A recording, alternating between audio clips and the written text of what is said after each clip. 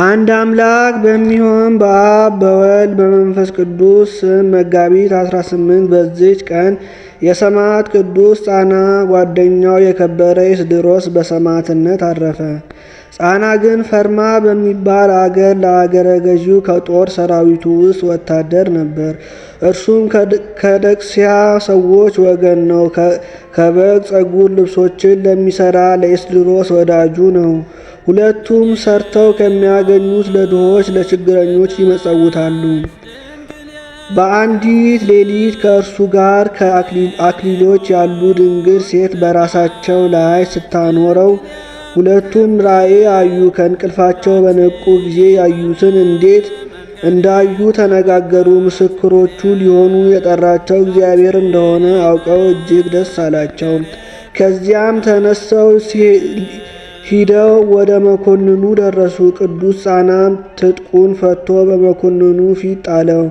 ሁለቱም በጌታችን በክብር ባለቤት ኢየሱስ ክርስቶስ ማመናቸውን ገለጡ። መኮንኑም ነገራቸውን ሰምቶም አስረው ይደበድቧቸው ዘንድ አዘዘ። እግዚአብሔርም መልአኩን ልኮ አዳናቸው። ከዚያም በኋላ መኮንኑ ወደ እስክንድሪያ ቅዱስ ጻናን ላከው። ቅዱስ ኤስድሮስን ግን በዚያው ተወው። ከጥቂት ቀናቶችም በኋላ እስክንድሪያው መኮንን ቅዱስ ጻና ወደ ፌርማ ከተማ መለሰው። ሁለቱ ቅዱሳንም ተገናኙ። በመገናኘታቸውም ደስ ብሏቸው በላያቸው ላይ በእያንዳንዳቸው ላይ የደረሰባቸውን መከራ ተነጋገሩ። ዳግመኛም በቅዱስ ኤስድሮስ አዘቅት ይቆፍሩለት ዘንድ የአዘቅቱም ውስጥ እሳት አንድደው ቅዱስ ኤስድሮስን እንዲጨምሩት መኮንኑ አዘዘ። ቅዱስም ጥቂት እስኪጸልይ ይታገሱት ዘንድ ወታደሮቹን ለመናቸው። ወደ ጌታችንም ነፍሱን ይቀበል ዘንድ ለሥጋውም ያስብ ዘንድ ጸለየ። ከዚህም ወደ እሳቱ ጉድጓድ ቀርበው ወደ እሳቱም ውስጥ ጨመሩት። ነፍሱንም በእግዚአብሔር እጅ ሰጠ። በሥጋውም ላይ ምንም ጉዳት አልደረሰም፣ መልኩም አልተለወጠም። የቅዱስ ጻና እናትም ከሚወደው ጓደኛው ስለመለየቱ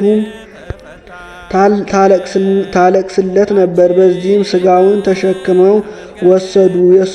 የስደቱም ወራት እስኪፈጸም በመልካም ቦታ አኖሩት።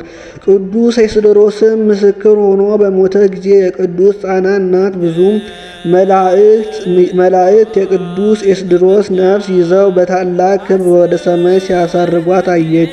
እግዚአብሔርም ሁላችንም የክርስቲያን ወገኖች በጸሎት ይማረን ለዘላለሙ አሜን።